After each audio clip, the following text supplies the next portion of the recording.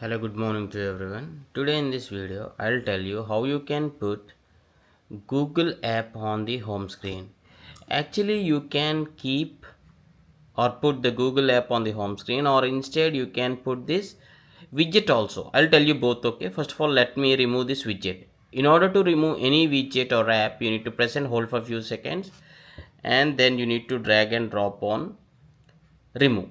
Okay, this is on the Motorola phone. Okay, for other mobiles slightly there will be trash icon or something like that, but never click on uninstall. Okay, first of all I'll be showing you how you can put the Google app on your home screen.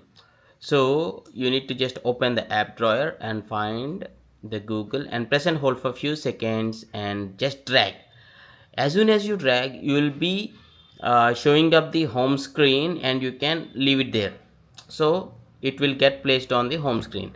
This Google app on home screen, you can even furthermore place it anywhere ever you want. Means if there is space available, you can place wherever you want. Okay, that's it.